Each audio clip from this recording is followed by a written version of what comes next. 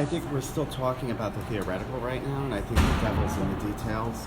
So while we met with the governor last week, we still are processing some of the information that was given to us, but we need to look at the details. We don't know where the gantries are proposed. We don't know all the choke points that are being addressed. We don't know to the extent of the renovations to Metro North and those impacts. So we're very early on in the process in order to say, let's support this plan or let's not support it. But can you see anywhere clear where there could be at least a few Republican votes for something that includes gantries? I think it's totally premature to even answer that because I think it's too soon. I think generally Republicans don't want to lead with revenue, and that seems to be where the conversations are focused. We are interested in looking at a comprehensive plan that solves our transportation needs in the long term.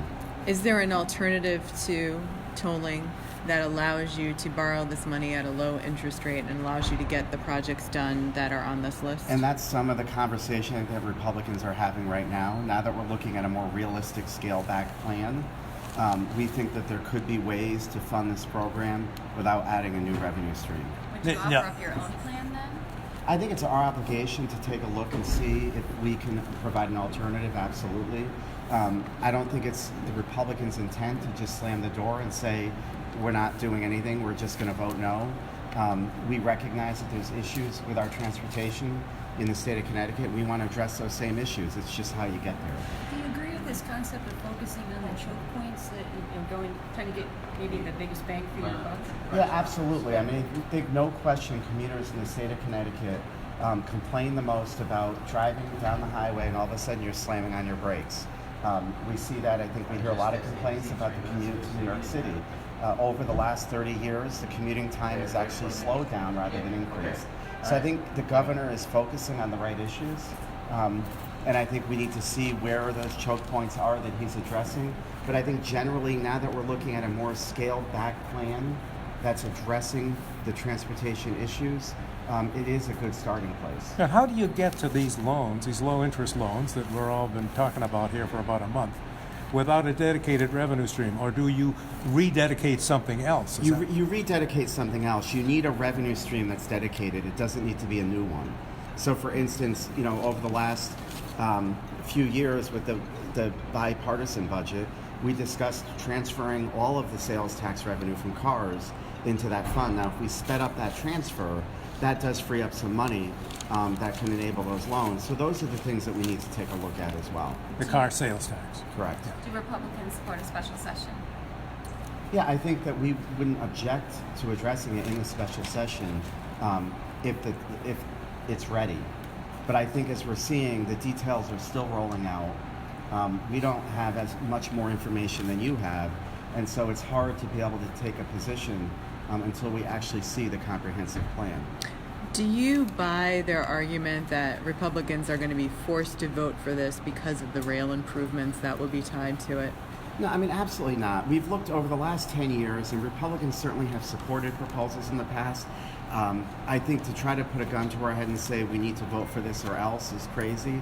My concern is over the last 10 years, we've seen the 3 highest tax increases in our history. And that revenue wasn't realized. And so the way the Democrats have solved the problem is, well, we need more revenue. We need to look at growth in the state of Connecticut. So our concern is another tax is going to impact economic growth in the state of Connecticut. And that's the part of the equation that the Democrats don't want to talk about. Well, another tax meaning tolls. What about their argument? I mean, the Mixmaster will cost $7 billion. This is an out-of-date estimate. Will cost $7 billion to replace. The Viaduct, $5 billion. What about their argument that out-of-state motorists and commercial vehicles that use those highways, that add to the wear and tear, these should pay for them? I mean, doesn't that make sense to Republicans? Yeah, and then putting everything on the burden of address the cameras, would you then? If that could be part of the equation, we would look at that. But the problem is that you can't just tax out-of-state motorists. But the bigger problem here is the continuing piling on of additional revenue. We haven't addressed our pension crisis appropriately yet. So we need to look at this comprehensively. And looking at it in isolation, yeah, it would be great if we could address these issues, but that hasn't been done. So if tolls are added to the state of Connecticut this year, next year we're going to need to add another payroll tax to pay for pensions. The crises need to be dealt with holistically and with a measured approach, and I think that's what Republicans are calling Well, I wasn't for. just talking about just tolling out-of-state motorists only. I'm talking about their argument about 30 to 40% of the tolls would be paid by out-of-staters that contribute to the wear and tear of these important So bridges.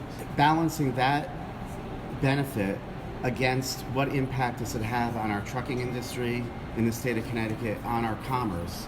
Having somebody in manufacturing right now, we have seen a dramatic change in being able to get trucks to come into Connecticut to pick up our loads and ship them throughout the country. That's a reality that we need to address. So it's not just a simple answer of let's take 40% of out-of-state revenue to pay for this. What impact does the other 60% have on the state of Connecticut? And we're concerned it's going to have a dramatically negative impact. And as you said, you've